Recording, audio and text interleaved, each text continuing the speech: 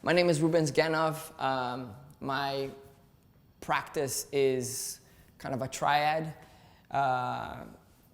wherein everything sort of revolves around painting, comes from painting, gets reabsorbed back in painting, but it's between painting, storytelling, or fiction, and sound.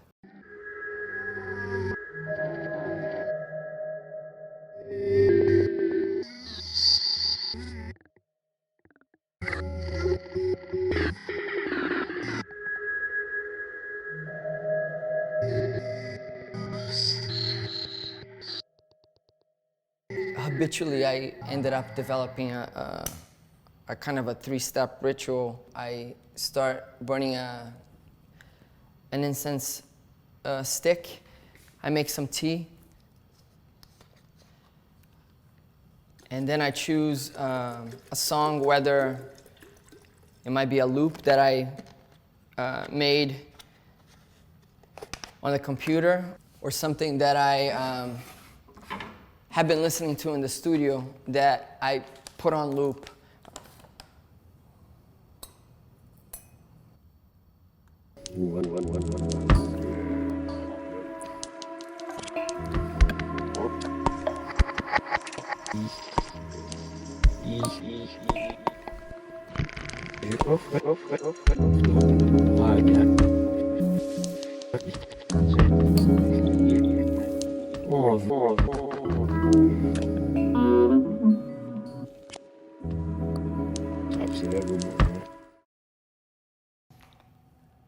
Oftentimes in the studio, there will be 75% of the time where I'm mostly just looking, and then 25% of the time where I'm actually physically putting paint down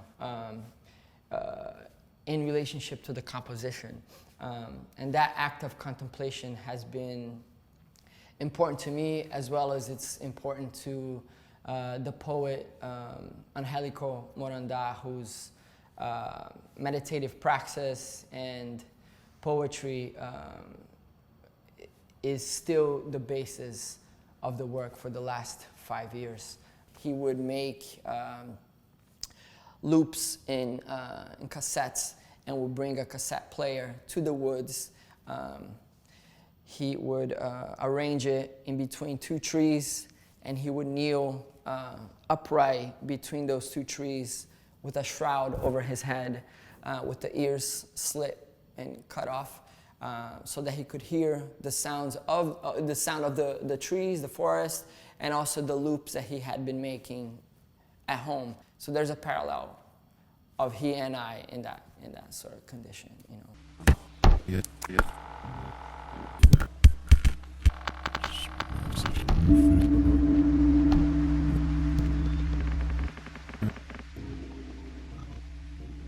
Originally, I'm from Brazil.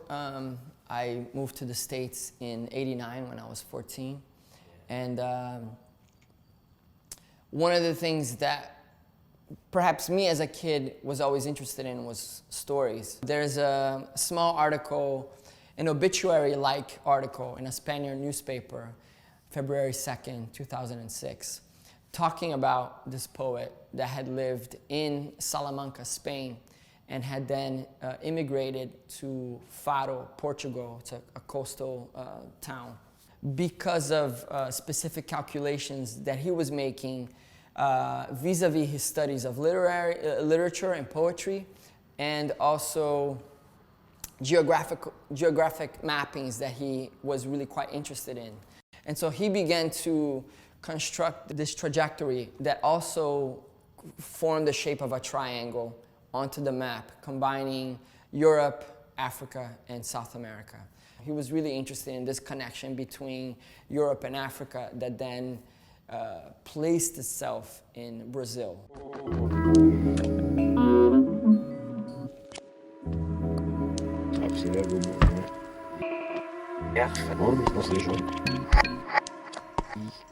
And the story telling has been part of what I've done for quite a while.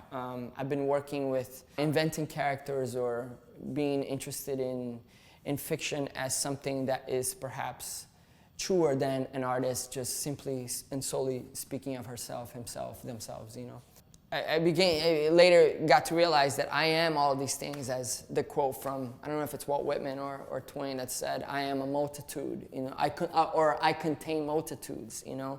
I think that's a pretty real human experience, you know what I'm saying? As opposed to compartmentalizing ourselves and say, this is who I am, you know. I think that kind of fictive entrance into different kind of beings helped me realize that these things are all part of who I am or who I desire to be or how I see others being, you know. It's probably much more truer than the idea that I have of myself that's compartmentalized, you know.